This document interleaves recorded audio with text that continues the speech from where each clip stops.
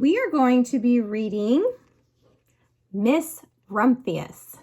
This is a book that my mom actually read to her students for many years, and that was where I first learned of it. I was happy to find that it was one that I could use for teaching writing. And what I want you to focus on here is the fact that so this is a recount narrative. It also goes in chronological order. So it goes through the time of this woman's life. But it's very descriptive. So the use of language is used to help paint that picture in your mind of what's going on. And we'll pause and I'll show you a few of those spots along the way where it really does stand out. But I want you watching for those as well. This is written in third person, as most books are. So I hope you enjoy Miss Rumphius. Miss Rumphius. Stories and Pictures by Barbara Cooney. And you will see these pretty flowers appear throughout this book. You'll know why. To Saint Nicholas, patron saint of children, sailors, and maidens. So here we can see our picture. Does this look like here? Nope. The Lupin lady lives in a small house overlooking the sea. In between the rocks around her house grow blue and purple and rose-colored flowers. The Lupin lady is little and old, but she has not always been that way. I know. She is my great aunt, and she told me so. Once upon a time, she was a little girl named Alice, who lived in a city by the sea.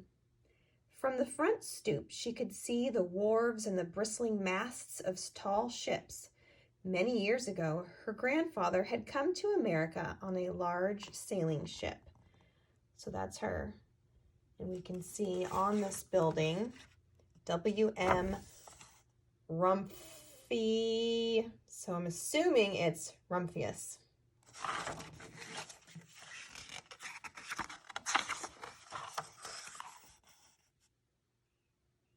There we have our picture. Doesn't look like our time either, does it? Now he worked in the shop at the bottom of the house, making figureheads for the prows of ships and carving Indians out of wood to put on in front of cigar stores. For Alice's grandfather was an artist. He painted pictures, too, of sailing ships and places across the sea. When he was very busy, Alice helped put him in the skies. So these are for the fronts of ships, like right there. So that's what they're talking about, making the figureheads for the prows of ships. So even if you don't know what a prow of a ship is, by looking at this picture, you can get a better idea. Notice also this pot-bellied stove in the very center of the room because that was their heating.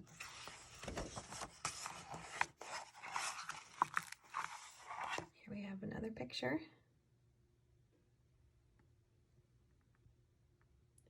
In the evening, Alice sat on her grandfather's knee and listened to his stories of faraway places.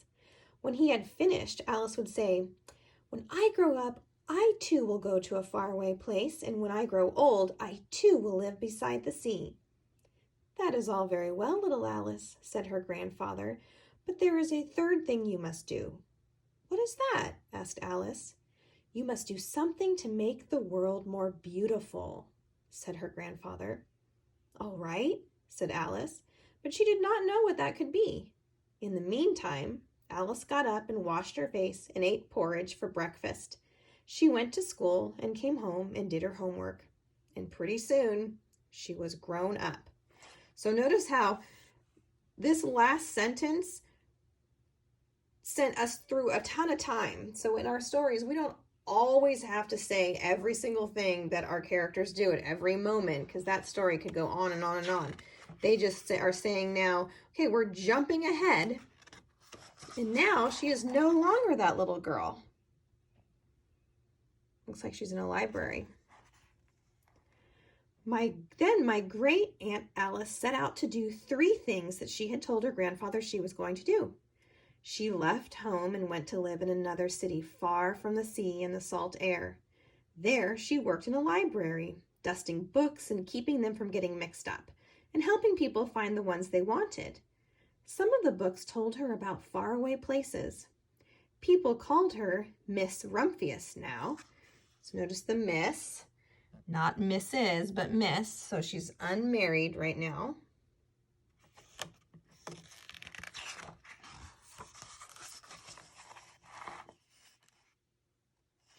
And this is a fur that people would put their hands into on either side and it would keep them warm. That's called a muff. Sometimes she went to the conservatory in the middle of the park.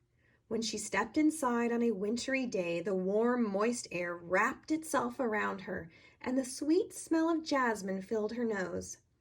"This is almost like a tropical isle," said Miss Rumphius, "but not quite." So you might not know what conservatory is, but we can see her going to it, and now we see her in it, and they talk about the moist air, and I like how it's described as it wraps itself around her, because again, we're looking at that descriptive language. So it's perfect to describe what happens when you walk in suddenly to a humid place.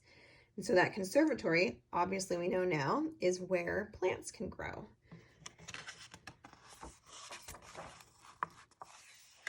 Now we've got a very different location, no longer in the snow.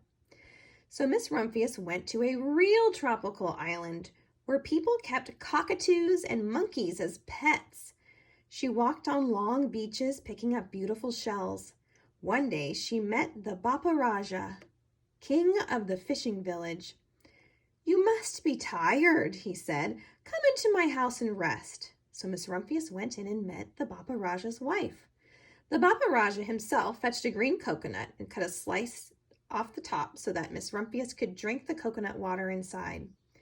Before she left, the Bapa Raja gave her a beautiful mother-of-pearl shell on which he had painted a bird of paradise and the words, "You will always remain in my heart." "You will always remain in mine too," said Miss Rumphius. So just so you know, the bird of paradise is not an actual bird, it's a flower called the bird of paradise.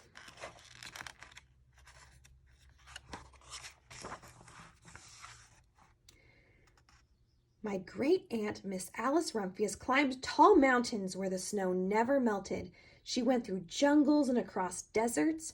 She saw lions playing and kangaroos jumping, and everywhere she made friends she would never forget.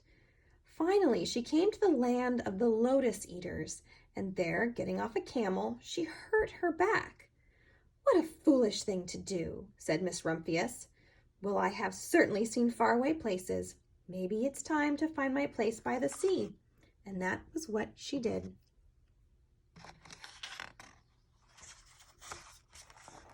Here's a cute little cottage. From the porch of her new house, Miss Rumphius watched the sun come up. She watched it cross the heavens and sparkle on the water, and she saw it set in glory in the evening. She started a little garden among the rocks that surrounded her house, and she planted a few flower seeds in the stony ground. Miss Rumphius was almost perfectly happy. "But there is still one more thing I have to do," she said. "I have to do something to make the world more beautiful." "But what? The world already is pretty nice," she thought, looking out over the ocean.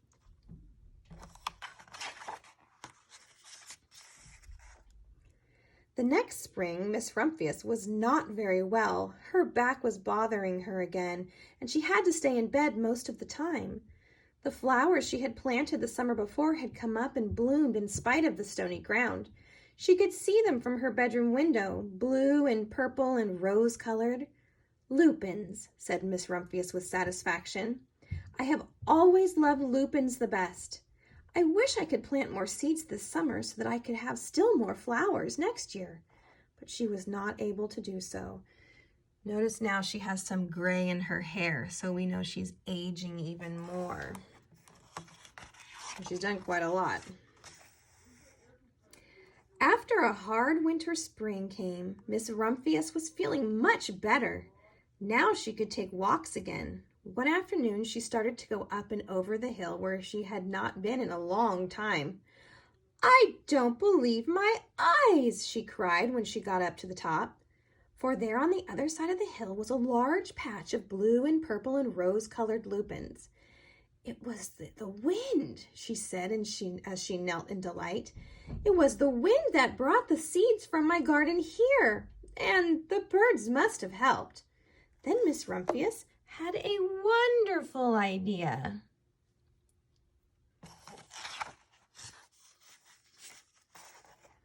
So what does it look like she's doing?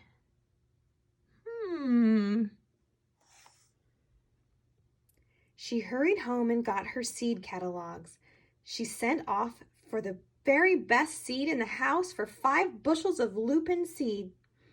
All that summer, Miss Rumphius, her pockets full of seeds, wandered over fields and headlands, sowing lupins.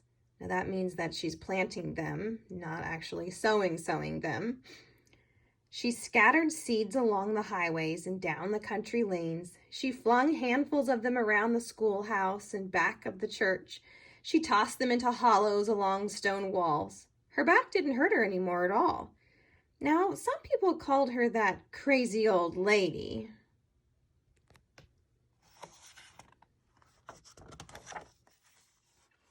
The next spring, there were lupins everywhere. Fields and hillsides were covered with blue and purple and rose-colored flowers. They bloomed along the highways and down the lanes. Bright patches lay around the schoolhouse and back of the church. Down in the hollows and along the stone walls grew the beautiful flowers. Miss Rumphius had done the third, the most difficult thing of all.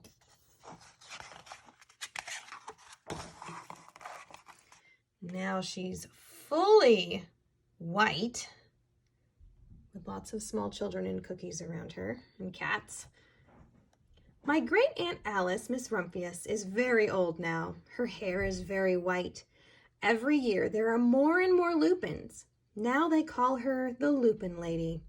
Sometimes my friends stand with me outside her gate, curious to see the old lady who planted the fields of lupins. When she invites us in, they come slowly. They think she is the oldest woman in the world. Often she tells us stories of faraway places. "When I grow up," I tell her, "I too will go to faraway places and come home to live by the sea." "That's all very well, little Alice," says my aunt, "but there's a third thing you must do." "What is that?" I ask. "You must do something to make the world more beautiful." "All right," I say. See, that's where she's been.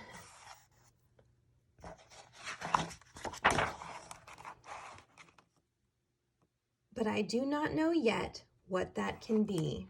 So then we see all of the lupins that she has planted and how they've spread all over.